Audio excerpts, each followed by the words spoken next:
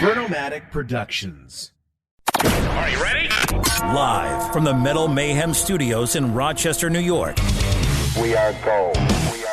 And heard around the world by metalheads just like you. This is Metal Mayhem ROC. Heavy metal music. Your weekly dose of metal music, interviews, album reviews, news, and more. Want to be part of the show? Send us a message through our website, metalmayhemroc.com, or hit us up on Facebook and Twitter. Search Metal Mayhem ROC. It's getting nice and heavy. And now, welcome tonight's host, John the Vernomatic Verno. Good evening, everybody. Hope everyone's doing well.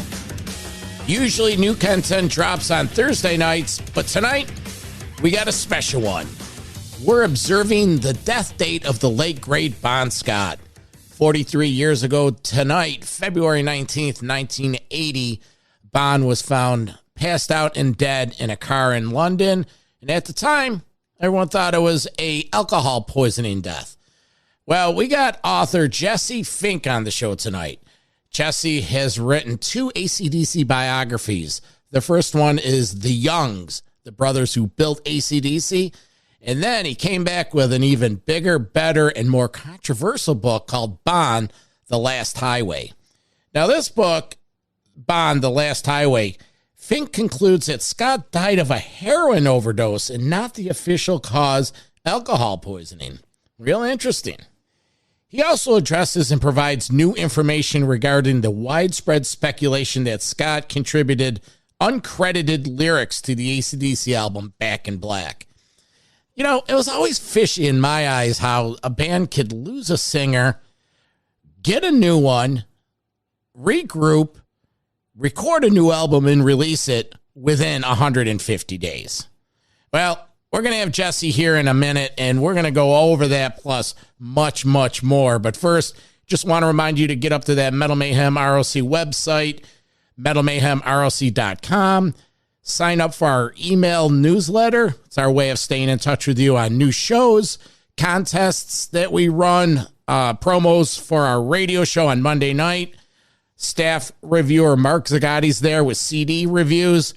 Lately, last couple shows, last week we had Robin McCauley and Graham Bonnet talking about their solo albums and their tours and MSG anecdotes. A couple weeks ago, we had John Gallagher of Raven, and we had the engineer from the Metallica Kill 'Em All album here. We were playing some outtakes from the Kill 'Em All sessions that no one's ever heard.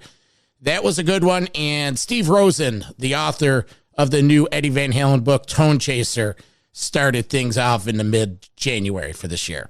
So again, get up to the website, download some of these past shows, rate, review, subscribe, and that kind of stuff really does help.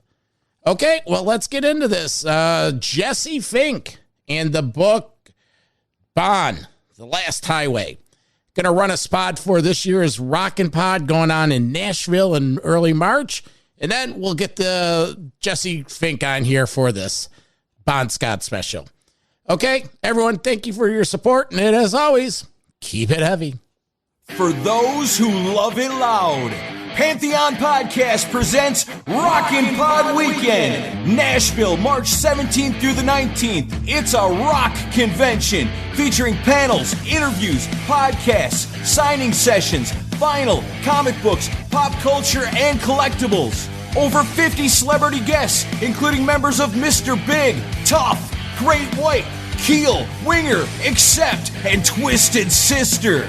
Live concerts including Rare Hair on Friday, Keel Fest 2 on Saturday, and Eric Martin's Big Acoustic on Sunday. Plus a rockin' comedy show featuring Courtney Cronin-Dold, Don Jameson from That Metal Show, and Craig Gass from The Howard Stern Show, and a whole lot more. Full details at rockinpod.com. Rockin' Pod Weekend is presented by Pantheon Podcasts in association with RFK Media, Third Power Amplification, and BobbyDreyer.com.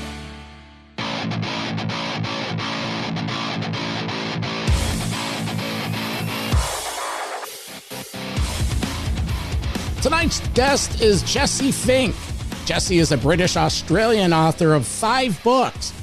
2007 had the Socceroos, the 2006 FIFA World Cup story, 2012 a memoir of divorce and dating, And in 2020, his fifth book, Pure Narco, the life story of cocaine trafficker Luis Navia. Sounds interesting. In between there, he had the twin biographies of the hard rockin' band ACDC. Jesse, welcome to Metal Mayhem. How are you, my friend? Great to be here, mate, and good to be talking to you. I think we broke a record tonight. I'm in upstate New York, and you are in Bali, I believe? Bali, Indonesia, yep, on the other side of the world. The technology joins us. So this coming Sunday is going to be the 43-year anniversary of the passing of the late, great Bon Scott. And you got involved with not one, but two biographies surrounding the band AC/DC. You know, you're a nonfiction author, and like I stated in the open, you've had 5 books, and the new one's coming out in 2023. How did you get involved with AC/DC? And not once, but twice. Well, my second book was a book about my divorce from my first wife. And you know, I don't know if any of your listeners have ever been through a divorce, but it's a fairly kind of traumatic experience, particularly when children are involved. So, you know, mentally and emotionally, I was struggling through that whole sort of period, and it sort of coincided too with the end of my sports writing career. I was writing for a TV network here in Australia. I sort of got involved in an ethical dispute with one of the heads of the network. You know, I felt that what they were doing was wrong, and I sort of stood up to them and sort of lost my career as a result. So professionally, my life was in the toilet. Personally, my life was in the toilet, and I was quite suicidal, actually. And, you know, feeling completely sort of lost and down, and like my life had sort of ended. And there was a night where I was sort of sorting black socks on the end of my bed at 3 o'clock in the morning, thinking my life can't get any fucking worse than this. And, you know, I heard a garbage truck outside, and I thought, you know, it would just be very easy to just go and walk in front of that garbage truck and just sort of end my life. And for some reason, instead of doing that, I had a laptop on the end of my bed, and it just happened to be on Power Rage, and I put on some Power Rage, and it was Give Me a Bullet, and you know, it was just like this fucking wall of sound. You know, the Young's guitars on that track, and it sort of just lifted me up, and I just was completely energized by it. And I really kind of felt like the next day that sort of AC/DC had intervened at the right time and sort of saved my life. And so I felt like this duty almost to write a book to say thank you to them. And so that's how the Youngs sort of started as a project, because I actually contacted my publisher pretty much the next day and said, you know, hey, has anyone ever done a book on Angus and Malcolm Young? And she said, oh, well, why don't you add George Young as well? And so suddenly we had a book. And so that was literally how it sort of came about. It was just sort of came out of this sort of personal sort of moment of anguish. And I wanted to write a book about how sort of AC/DC's music emotionally connected with people around the world, and why is it that this band is the biggest rock band in the world when so many other very good rock bands just don't have the same connection. So that was the idea, and that book went on and became, you know, very successful. It was published in about 20 countries and 13 languages and whatever. And then out of that, obviously, because that was successful, Penguin was very interested in another book, and of course, I thought Bon Scott immediately. Well, first and foremost, I'm sorry for the troubles you went through, and thank God there was a, quote, higher power that, you know, kept you with us. I have gone through a divorce, and I've never fallen to where you were, but it is a tough time. So I'm glad things did work out for you, friend. That's scary stuff.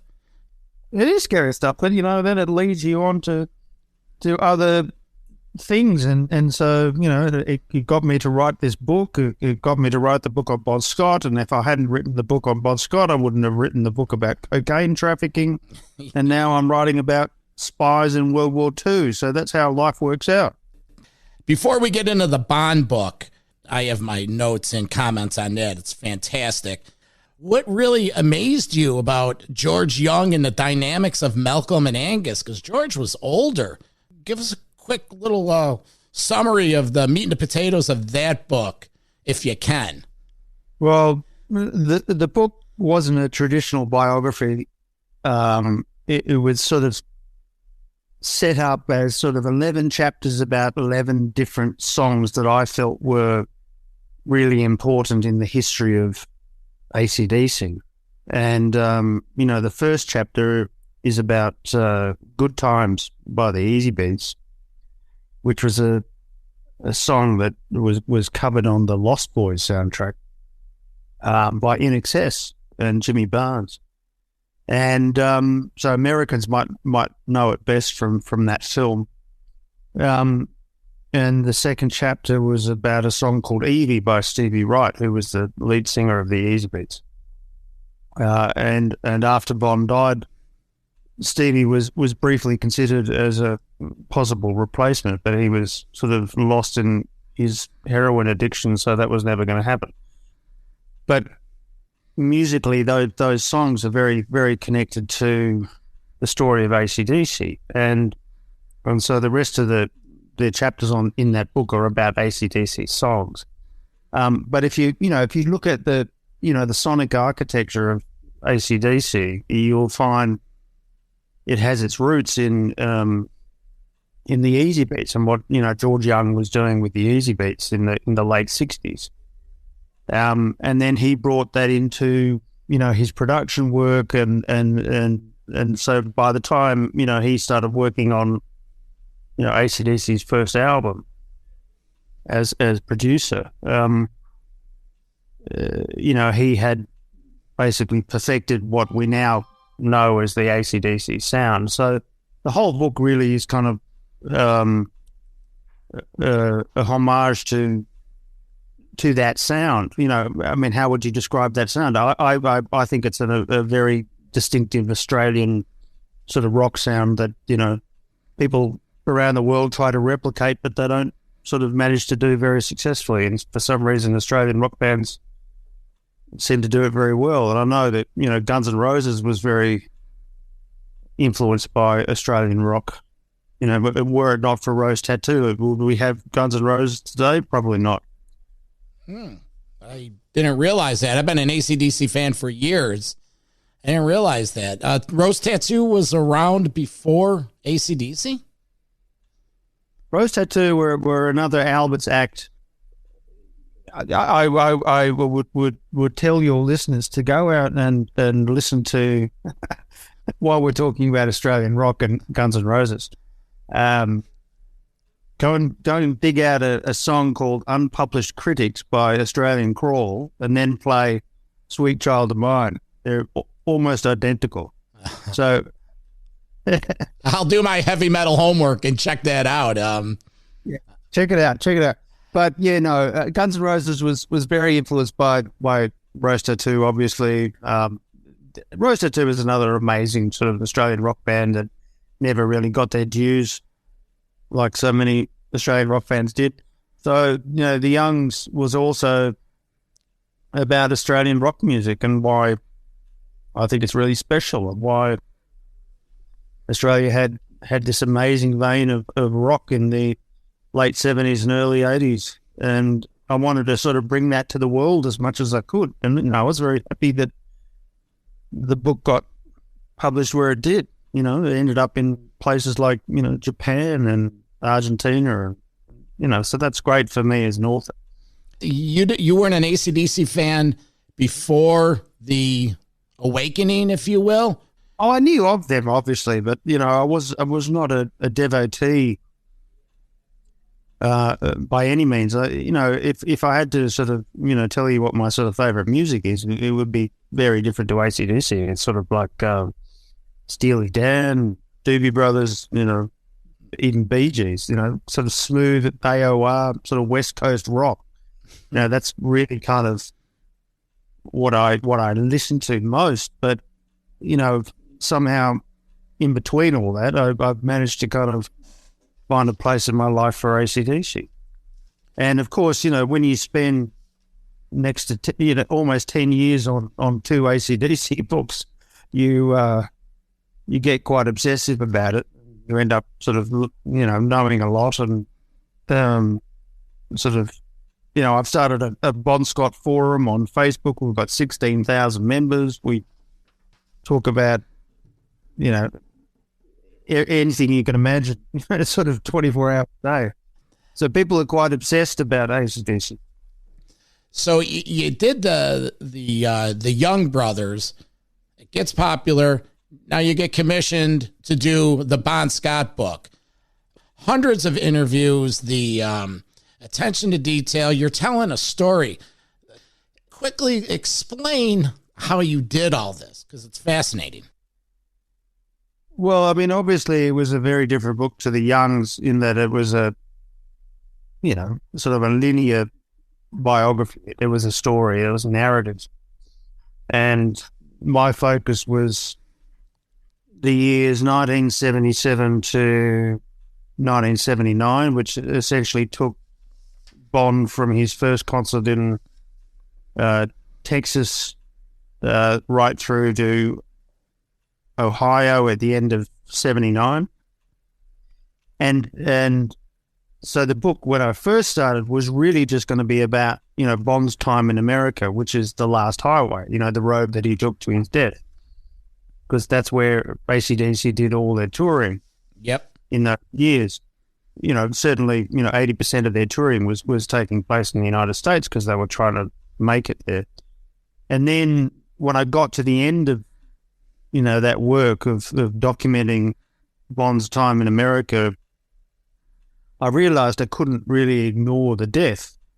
Now, the death had sort of been covered to some degree in a previous book about Bon Scott by Clinton Walker, a book called Highway to Hell. Mm-hmm. And, before I'd gone into this project, I liked that book. It was a book that I enjoyed reading, but then after I had done my own investigation of Bon's death, I just felt it was completely deficient.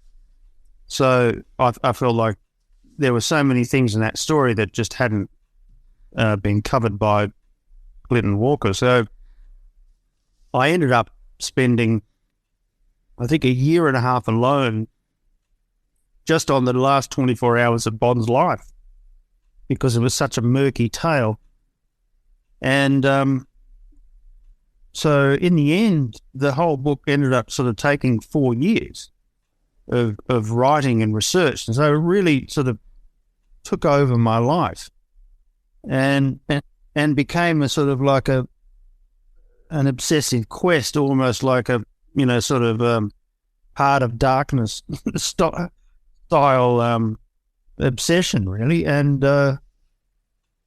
I felt like at the end of it that I had sort of come to grips with who he was as a human being rather than the caricature, the rock legend that, people like to talk about, the guy who, shags 2 women a day, who, drinks a bottle of whiskey and gets up sort of bright and perky and will get up on stage and deliver the greatest show ever and, is cracking jokes and, everyone's best friend and, all this sort of bullshit. But in fact, Bon had a fairly dark story behind, the veneer. And so it was my kind of attempt, I think, to really get to know someone that I was deeply interested in myself, but I didn't feel like the existing accounts of his life actually really worthy, really, of being portrayals of this person. Sure, many times there's tears behind those smiles. Now, when you say you're obsessed with it, how were you doing research? Were you hitting the pavement, retracing the steps? going to bars that bartenders served them beers and almost like a private investigator. Yeah, there was definitely a private investigation element to it, yeah. And I would certainly, I was in America for some of that, and so, I was in New York. I would meet, people who were connected to ACDC who were still in New York and,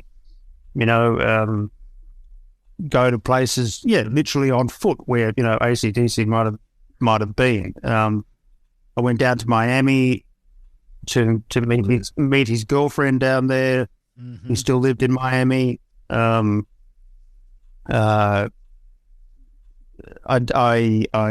sort of ended up spending a hell of a lot of time on Facebook, just sort of finding, the lead singer or the lead guitarist or the bass player from, this obscure 1970s band who happened to, be the support act for AC/DC that night in, Bonfire, Ohio. Yeah. Who's the band from Florida? Critical Mass. And listeners, this is fantastic. If you haven't read or listened to the book, this local band or regional band, Bon happens to walk into the bar after an AC/DC show and the band was playing, and they end up drinking that night and they become instant friends. Bon is bringing the guy back to the hotel because his buddies took off. Something close to that, right, Jesse? That's close to how the story. So Holly X, the girl down in Miami, was basically mentioned to me by this guy called Michael Fazzolari, who was this very funny guy who sells refrigerators in Orlando, actually. But in 1979, he was sort of fronting this incredibly hot sort of rock group called Critical Mass, who had a deal with MCA Records. And so there was like this healthy rock scene in Miami at that time. There was a, very young Johnny Depp, was part of that. He was about 15 years old and he was in a band called The Kids. So there were all these sort of bands playing around, Miami, Hollywood Beach, and Michael introduced me to Holly. So, and my connection to Michael was a DJ called Neil Mursky. And Neil Mursky had interviewed Bon Scott in Orlando in 79. So Neil had an old audio clip of Bon that he'd never played, and he said, you can have this. And I ended up, putting it up on YouTube and using it in the book. And so then he introduced me to Michael, and Michael introduced me to Holly, and then suddenly this whole fucking vista just sort of opened up in my research. So I was in New York and went down to Miami, stayed with Holly, hung out with, Neil and Michael, and literally we got in a car and we drove around Miami one day, just visiting all the places that AC/DC had hung out in 1979 as they were rehearsing Highway to Hell. So we went out to the old rehearsal studios. We went to the hotel where they stayed. It was this amazing sort of tour in the car, around Miami. We went to this old club called Tight Squeeze, which was being demolished at the time. Which was the place that you mentioned, where Bon just walked in and took a piss in the toilet and sort of said something to the guy next to him, and then suddenly they're hanging out together, and it turns into sort of 6 weeks together. Yeah. So all these guys were really very friendly to me. They kind of opened up. They introduced me to other people, and suddenly I had this huge sort of panorama of kind of what had happened in 79 as AC/DC was putting together Highway to Hell. And of course that was very interesting because suddenly some of the lyrics on Back in Black made sense. Like there was a backstory to You Shook Me All Night Long. Mm-hmm. Yeah, we'll get to that, but I just wanted to comment. It's sort of like you're going through heavy metal forensics.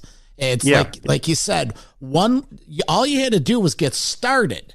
So you meet Michael. He introduces you to Holly. Holly's like, well, you got to meet so-and-so. And then you meet so-and-so. And then what about some of the management?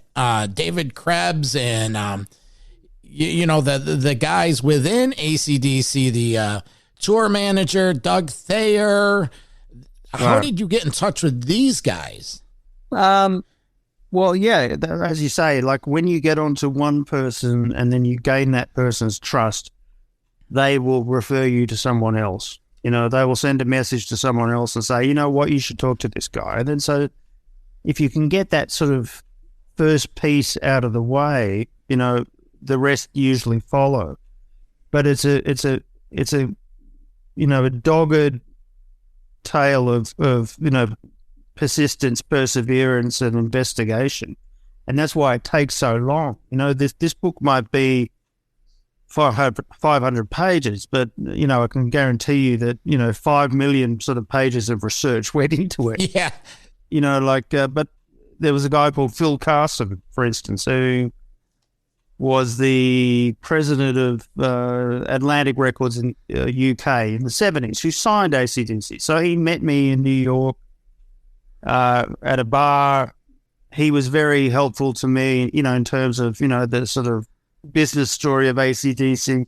But he introduced me to Mick Jones from Foreigner, and suddenly the next day I find myself in Mick Jones's house in New York talking to the guitarist of Foreigner in his bathrobe. I mean, this is how it happens.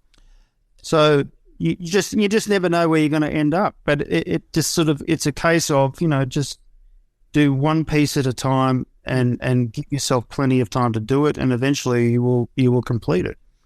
Jesse, you're not the first journalist or writer to do this. How did you gain the trust and the access to, a Mick Jones, or, you shared in the book, like you've contacted Pete Way and Chapman before, Paul Chapman. What gave you the street credit? No disrespect, but how did you get that in when others probably have tried and didn't get that access?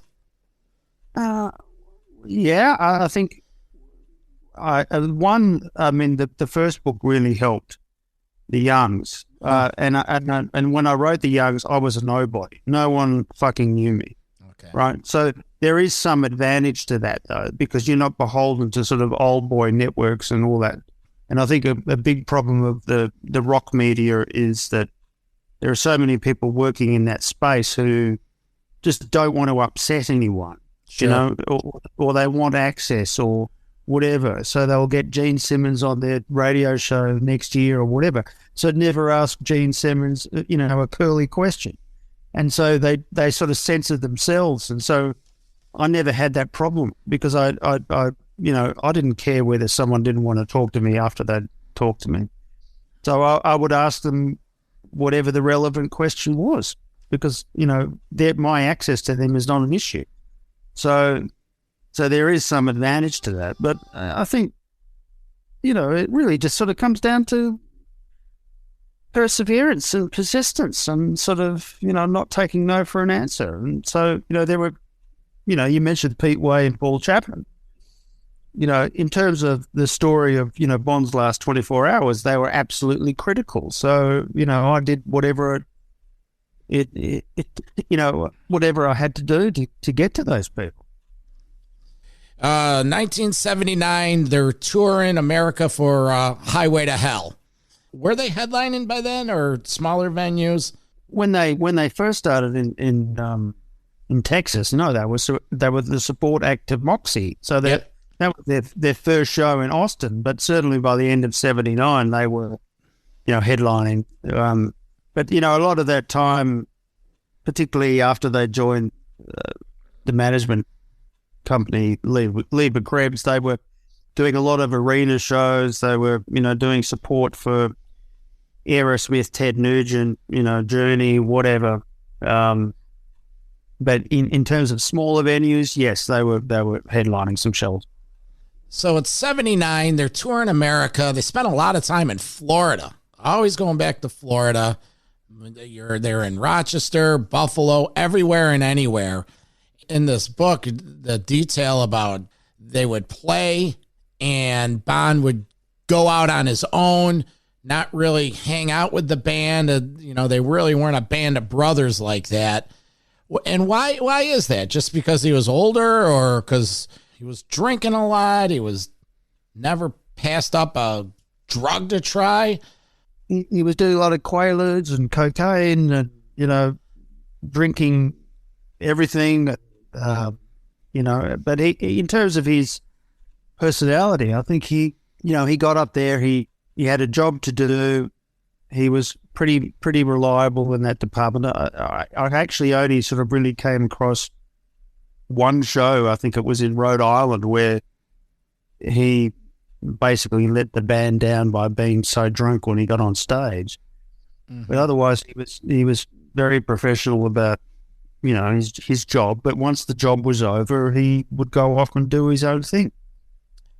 As Pete Way said, he had a woman in every port, and that's what he would do.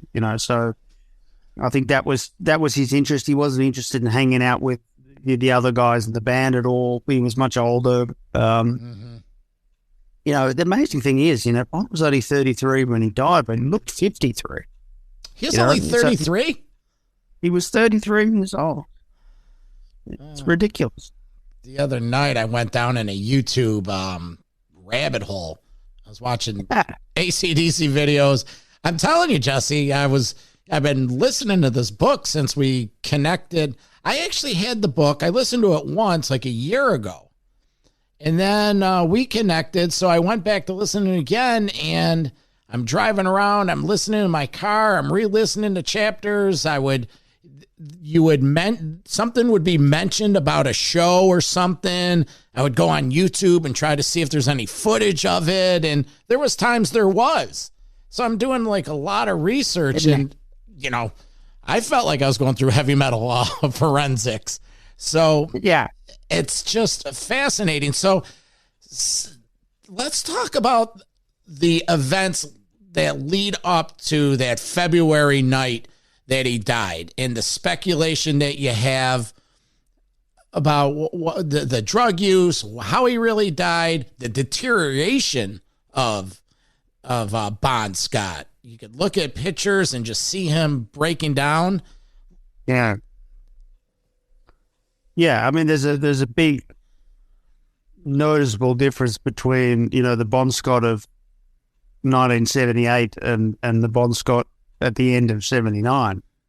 Physically, they're two different people, and it's quite heartbreaking actually to sort of see some of the last photos of Bon, because he just looks completely wasted. And that sort of week in February 1980 where he dies and all the, the events leading up to that, it was certainly fascinating to me as a writer, because I approached it like essentially a private investigation. And the difficulty obviously was that it happened 40 years ago. Yeah. And a lot of the people who are involved in Bon's 24 Hours don't want to talk, or they're dead. 80% of them were heroin addicts. So it was incredibly difficult, and that's why it ended up sort of taking a year and a half to kind of put it together. But there was a statement by Alistair Kinnear that I think he'd made in about 2005, where he sort of went through what happened that night. So that was, the bare bones for me. It was like my template of investigating those final 24 hours. So I would take what Alistair said, and then I would go and compare it to what other people who were there had said. And then suddenly there were many inconsistencies. There were many sort of contradictions. And my job as an investigator, obviously, was to go through each of those sort of inconsistencies and contradictions and sort of come up with the most plausible explanation for what actually happened. I mean, I know this to the listener, this must sound incredibly dense, and it is. It was very, very difficult to follow, but I really believe that kind of what I've put down is the most sort of logical explanation for what happened that night. What kind of history of heroin use did he have that you base this on? Why would you think he's doing heroin that night? Well, I mean, but Bon had a documented heroin overdose in 1975. I mean, that's established. In fact, the Rosie of Whole Lotta Rosie was a sex worker in Melbourne who was a heroin user herself. So, and then in Michael Browning's autobiography, Michael Browning was the manager of ACDC. He spoke of a second heroin overdose that Bon had in, I think it was in Paris or London. And weirdly, sort of Browning has sort of backtracked on that and said, that didn't happen, but it was in his book. And then, my contention was that basically he had a third heroin overdose in London in 1980, and it was fatal this time. Mm-hmm. But there were definitely people who I came across during my research who spoke of Bon's connection to heroin, and certainly like Silver Smith, who was his ex-girlfriend, who was a heroin user herself. She would say, look, Bon's poison of choice was alcohol. But would I say that he never touched heroin? No, I would say that he never touched heroin, but I can't be 100% sure. And he might have done this, and certainly when this person was in town, Bon might have dabbled or whatever. So, she was always kind of leaving open the door in some respect to the possibility of Bon having done that. So it wasn't like 100% categorical, no, Bon never did heroin. Mm-hmm. And certainly when, I get to the final 24 hours of his life and all the people who were surrounding him at that point, they were all heroin users, and Paul Chapman himself said that basically he had given money to Bon Scott to go off and buy heroin and bring it back to his flat. And then Chapman and Way also told me about another member of ACDC who was using heroin at that time. So it was a common drug in rock circles. I laughed out loud in the audiobook when the voiceover guy told the story, like mimicking Bon, about whenever someone would give him something and he would say, I'll take a crack at that. Meaning, I'll give it a shot. If someone offered him something, he wouldn't pass anything up. Was he shooting up? Was he snorting it? I believe the first one was he was shooting up. But the one in 1980 was a case of him snorting heroin. So snorting brown heroin, which is apparently what everyone in London at that time was doing. And it's very difficult for me to kind of condense all this into a soundbite for a radio interview. I mean, I agree. Listeners, it's the book is huge. It's great. You get out there, you'll hear all the details. What I'm really getting at is it's just, Bonnie's out partying, just bad decisions when you're hammered, and it's just, it's roulette. It's just roulette. There's stories in the book of him going out, falling asleep in unlocked cars, and it's just bad decisions when you just drink daily for months. But he wasn't really getting the help that obviously he needed. And some people have said, I think, management of ACDC should take some responsibility for that. And, that's certainly a case can be made for that. I think maybe, the other members of the band could have done more. But, at the end of the day, as I say in the book, Bon was his own man. He made his own choices. He made his own bed. This was the lifestyle that he wanted for himself, and no one was going to stop him. So, he's responsible for his own death. He's responsible for the fact that he took that drug that night that sort of ended his life, and no one else is to blame. But, there's certainly this tendency, I think, of some AC/DC fans to infantilize Bond, to say that, all these other people who were with him, they're the ones who were to blame for, Bond dying. He should have been taken care of. He should have been this, he should have been that. No, at the end of the day, he was an adult, and he fucked up his own life. It doesn't take away from the fact that I still admire him and I have a lot of love for him. You have to have love for him. To spend 4 years of your life writing about someone, you've got to have some love for him. But at the end of the day, he's responsible for what happened. Was there an autopsy?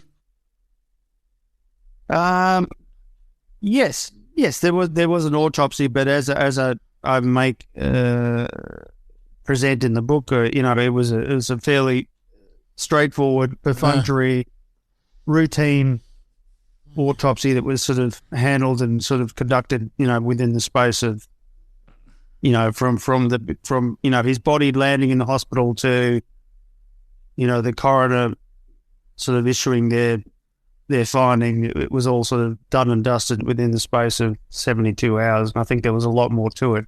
The fact that, for instance, I can turn up an eyewitness, who was there, who said that she thought that Bond took heroin, to someone else, who said that she was actually in the car with Bond and Alistair Kinnear going back to Alistair's flat. It's like, hang on, there's another person involved in all this? What the fuck were the police doing? This has never come out in any police investigation that these people were. So if I can do it 40 years later, from my laptop in fucking Bali or wherever, I know. There is a serious fucking problem with the initial investigation into Bond's death, right? So, like for instance, there's a fake address on the death certificate. How the fuck did that happen? Do people look at these details? This is what I'm talking about. I'm actually kind of doing what I believe the detective should have done 40 years ago. Yeah, you're saying where there's smoke, there's fire. It's like, what the hell's going on here? And so this book comes out. What about national media? No one reached out to you. You have this worm in the water. Rolling Stone, anyone get back to you? In terms of big American media outlets, no, it's fuck Rolling Stone. No, they do fuck all in that regard. Yeah. No, the book, funnily enough, has actually outsold the Youngs. It's definitely the most successful AC/DC book ever. Mm-hmm. But in terms of mainstream press coverage of the book, most of it has sort of been in Europe or South America or Australia. It's not so much in the United States, apart from me doing podcasts and small little shows and things like that. And it really kind of pisses me off. And I feel like saying to Eddie Trunk, fuck you, Eddie. Well, yeah, and excuse me, that's exactly it. It's because we don't give a fuck. I give a fuck about this story. I'm not, it's this, maybe this little grassroots, every, Metal Mayhem ROC that starts doing this, it gets out there. Maybe because Brian Johnson has acknowledged the Australian writer in that Rolling Stone interview. You are getting some traction, not enough. Yeah, I'm just sort of sick and tired of, people like Eddie Trunk who, they will get ACDC on or whatever, and it's just like a fucking blowjob. Mm-hmm. It's like, be a fucking journalist. Ask the questions that kind of people are interested in hearing answers to, and they're not being asked, right? So Michael Christopher, the rock writer, he asked a few questions of Brian Johnson recently about the whole lyrics issue. Now to me, Brian Johnson is highly unconvincing. I think the fact that he addressed this whole story in his book and did so, I think, in the space of a paragraph, is very telling. No one has really kind of, put the hard questions to him or Angus Young about, why there are so many contradictions in the story, over the years about, how these lyrics came about. And it's about time, people with platform in the United States really looked at this story, because it's really, when you look at it, it's like, this is one of the most significant music stories of all time. We are talking about the biggest selling hard rock album of all time, if not, one of the biggest selling 5 albums of all time, right? That involves hundreds of millions of dollars. That Brian Johnson's entire career was made off the back of this album. And the man, that I wrote about, Bon Scott, ended up with $30,000 in his bank account. It's a fucking tragedy. So, my message to Eddie Trunk is, fucking pull your finger out and do your job as a journalist. Yeah, it's the writing's on the wall. I'm going to let you share some of the details that lead you to believe that some of this Back in Black was from Bon, because I'm convinced of it. I don't want to give all the chestnuts away, but let's hear some examples why you think the proof is there that Bon had his fingerprint on Back in Black.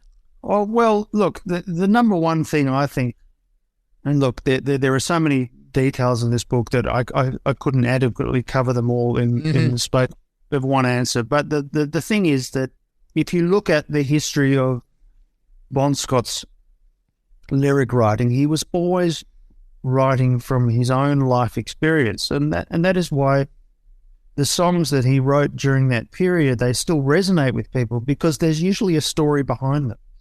Like a shot down in flames, or it's a tale of Bon's life. Down Payment Blues, Whole Lot of Rosie, Down Payment Blues, all these great songs, right? So you feel like some sort of personal connection to Bon Scott.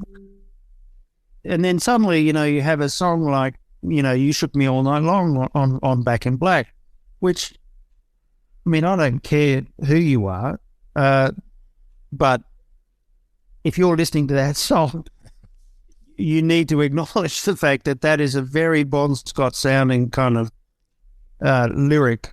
Yep. In that song, and that style of writing, which apparently sort of Brian Johnson sort of came up, off the bat, without having any experience in lyric writing, was never able to reproduce after that album. So, Brian Johnson does sort of interviews, now 42 years later, talking about, his creative peak, which was 1980, which was his first album, with no experience whatsoever in lyric writing, and then he was never able to do it again. And I just don't believe it. Nope. Right. So when I go down to Miami and I'm hanging out with Holly X, who is a beautiful woman even today in her 60s, and she shows me photographs of her when she was 19, 20, hanging out with, Bon Scott in Miami. And I see, her in a bikini, and I'm looking at American thighs, and she tells me the backstory to, the lyric, chartreuse eyes, which gets changed to sightless eyes, and she had a horse called Double Time, and Bond's love of clean vaginas. She kept her motor clean, all this sort of stuff. I mean, it all fucking makes sense. It's Bonisms, right? Bonisms all over, right? Yeah. So it's you have to understand, like I'm down there in Miami and I'm meeting someone that I feel like suddenly all the fucking dots have suddenly joined together, and I can actually understand the lyrics. So then when I hear, Brian Johnson talking about, I turned up in the Bahamas and I saw a woman on television and she had amazing American thighs, and, I used to work with cars, and that's why, I had the line, she kept her motor clean and all. It doesn't convince me at all. No, not at all. Not at all. And it just seems like the stories keep on changing all the time. And if you go back and sort of listen to all the things that have sort of been said about the lyrics for that song, they're never consistent. And at the end of the day, if you can then go and sort of write a song as good as You Shook Me All Night Long in the space of, 15 minutes, which is one of the most perfect sort of pop rock songs of all time, why can't you do it again? Bon Scott could do it consistently, album after album after album after album, right? Why can't Brian Johnson? If he's that good, let's do it. Let's do it, Brian. Let's see you do it again. Well, the thing with Brian Johnson, even when he was with Geordie, what does he have, 4 to 5 credited songs that he wrote?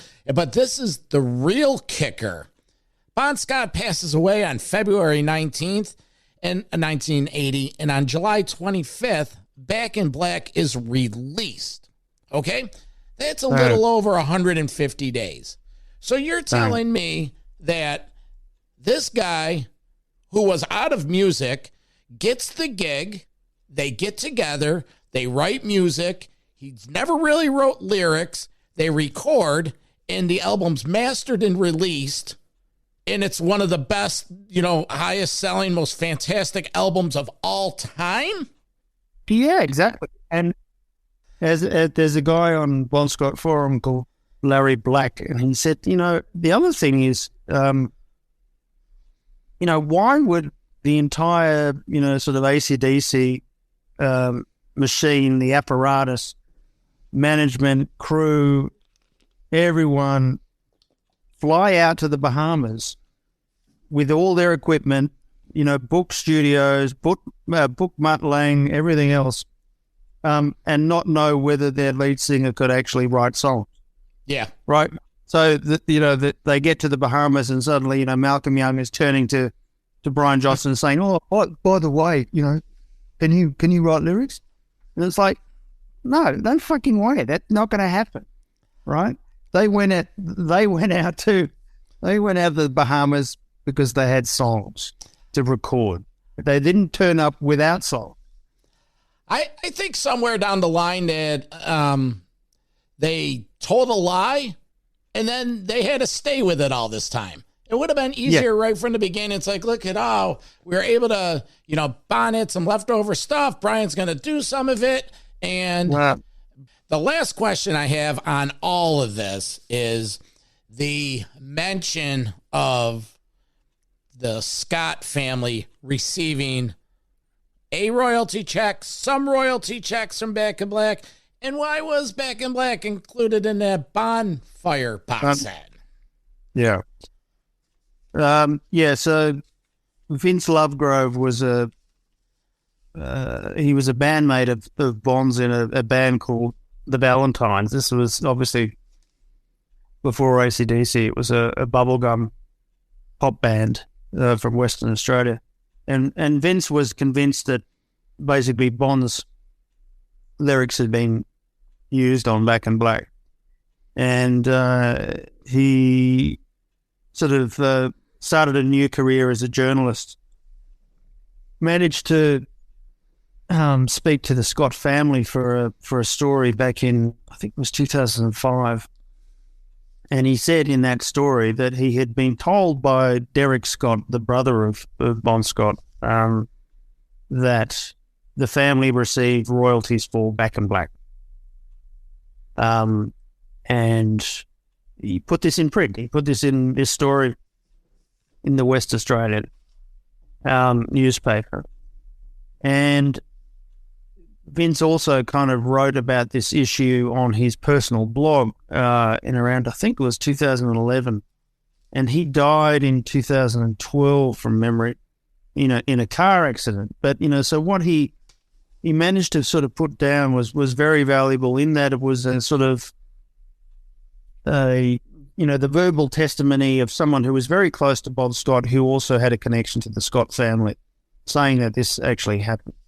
So in terms of me actually being able to access things like, bank statements or whatever, that's never going to happen. But what's interesting is that, there are certain powers that be that in the Bon Scott world who are obviously very pissed off about the book that I've written. They're very pissed off that I have had the success that I've had with the book in terms of, telling the true story of how he lived, the connection to heroin and so on. So there was a move in recent times to kind of, I think, reclaim some of that territory. So, you'll find that the Bon Scott estate, they've got their own website now. They're releasing sort of officially licensed sort of Bon Scott memorabilia and products through their website. There's a Bon Scott bloody action figure now, all this sort of stuff. But they've also got their own website, and then on that website, they've sort of said, that the Bon Scott estate doesn't, receive royalties for any songs on Back in Black. But, what does that mean? Does that mean that they don't get a check at all? What does that mean? So there are a lot of sort of inconsistencies and questions that still unanswered about that whole thing. And then the fact is, at the end of the day, I was the only journalist in the history of the world that went to the trouble of actually finding out how much money was actually in Bond's bank account when he died, and there was absolutely fuck all. So I just think it's a tragedy, really. Well, it's a fantastic piece of work, Jesse. The book, Bond, The Last Highway. Get over to jessefinksbooks.com. Buy it from there. Follow Jesse at Jesse Fink on Twitter. And like you mentioned, there's Facebook, Bon Scott locations. And Jesse, I'm going to do my damnedest, with my audience. And, we're going to call up Eddie Trunk. We're going to wait on hold. At the very least, we say, hey, let's get the Jesse Fink, the Bond, we'll put that on there. We'll get you, we'll do our share here. It's a great book. And again, Jesse Fink has a new book coming out in 2023, and he teased it's not a rock book. What's this one coming out? It's a biography of a man called Charles Howard Dick Ellis, who was an Australian-born British intelligence officer for MI6, who actually came out to the United States in 1940 and set up OSS, what became the CIA. And he was accused of being a Nazi and Soviet spy, so a double agent for enemy powers. And he died in 1975, and it's a sort of like Bon Scott, it's sort of like a cold case investigation of, the case against Dick Ellis, whether he was actually a traitor of epic proportions or whether he was actually innocent. So that's sort of taken 2 years of my life as well. Well, good. And this pure narco looks interesting. The life story of Luis Navia. So so that came out of Bon Scott in that, a friend in Miami had sort of put me onto a big time cocaine trafficker from the 1980s who, wanted to write his life story. And I ended up spending 3 years, working on that. And we've kind of, we sold an option to that recently. So hopefully that gets made into a TV series soon.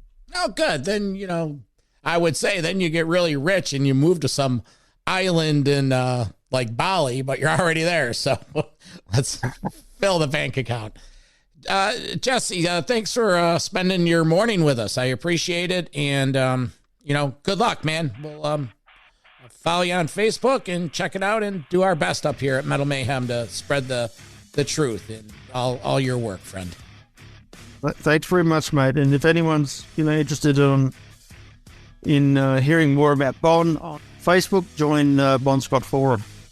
We'll have all this on the show notes and all on our website and everything. So everyone thanks a lot, dude. All right, bro. Have a good one. And, ride on, like Bon says, ride on. Okay. See ya, man. Thanks. Bye. Bye.